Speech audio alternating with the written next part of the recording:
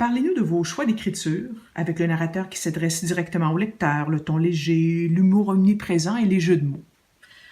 C'est le reflet d'un côté de mon caractère.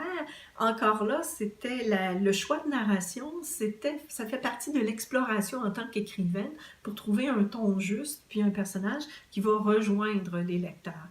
À l'origine, le roman devait pas être écrit à la première personne, ça devait être écrit à la troisième personne. J'ai fait plusieurs tentatives et le constat, éventuellement, qui est arrivé en direction littéraire, c'est que c'était plate comme résultat. Il fallait que je donne un petit peu d'originalité à Catherine, d'aller chercher un petit peu mon côté farfelu à moi.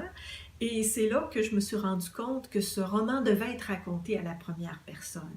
Il fallait que ce soit Catherine de façon à donner accès à ses pensées, des choses qu'on ne dit pas nécessairement quand on est en contact avec les autres, mais qu'on pense intérieurement. Donc, en étant à la première personne, ça permet de passer beaucoup de réflexions assez farfelues.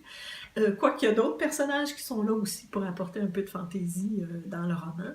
Donc le jeu est devenu comme, s'est imposé de lui-même. Puis le personnage, ben, c'est mon côté givré, si on veut, qui ressort.